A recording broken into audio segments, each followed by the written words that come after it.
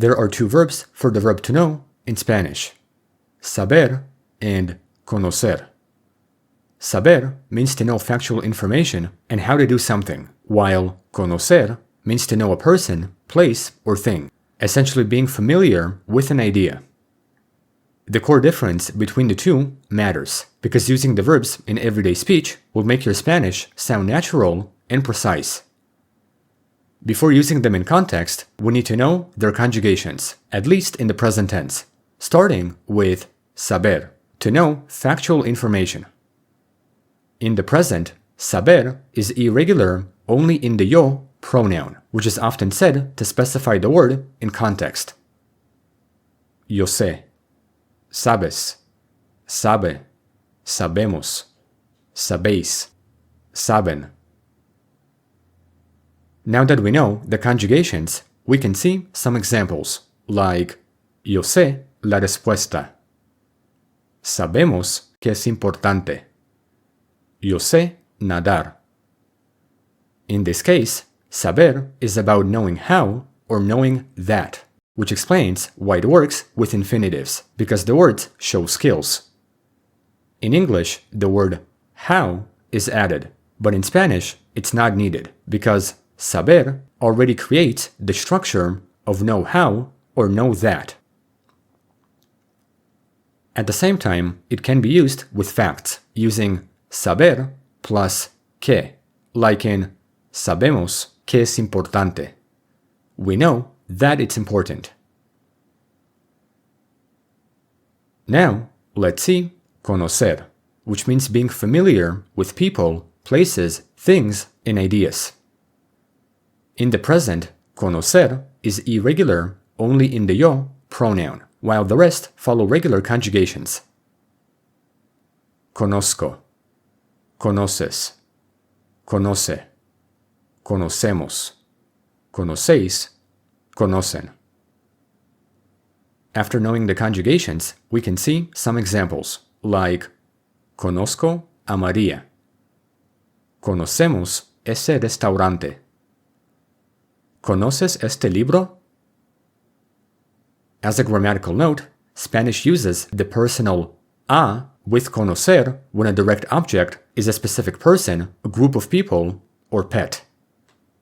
This indicates direct interaction or familiarity with that person, rather than a place or thing. It is a grammatical rule that shows respect for the person being known. Essentially, conocer means to know by being familiar with a person, place, thing, or idea, like saying, conozco a tu hermano, conozco la ciudad. Moreover, we can look at the difference between the two, as in knowing a person or knowing about someone. For instance, when comparing their use, we can see the distinction. Conozco a Juan means I'm familiar with Juan, as in, I know him personally. But yo sé quién es Juan means I know who he is, but not on a familiar level.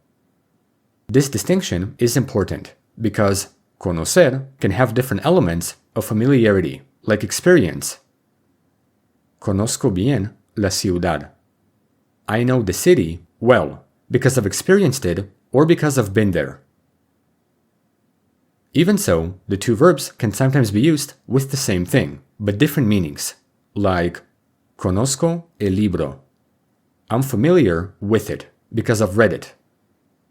Yo sé del libro. I know about it, but maybe I haven't read it. Considering their function, there's one important aspect of the idea of knowing. Linguistically, to know can indicate familiarity, but it can also mean finding something out or meeting. When finding something out, we get to know something new, which is how the verbs work in the preterite past tense in Spanish. Because Spanish tenses can change meaning, saber and conocer make a big difference in time aspects in the past.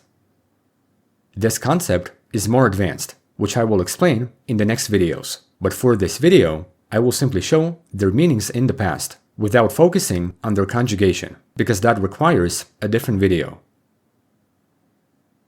In the preterite, saber means found out, and conocer means met for the first time, like supe la verdad. I found out the truth. Conocí a María. I met Maria. This difference is crucial, but as I said, the concept will be explained more in the next videos. Overall, this is how the verb to know fully works in Spanish. Think of it in terms of knowledge as a fact versus knowledge as a relationship. Saber means to know something that has entered your mind, while conocer means to be familiar with the knowledge you have. Still, the aspect of knowing can change in past tenses, and because it's an advanced concept, I will explain it thoroughly in the next videos.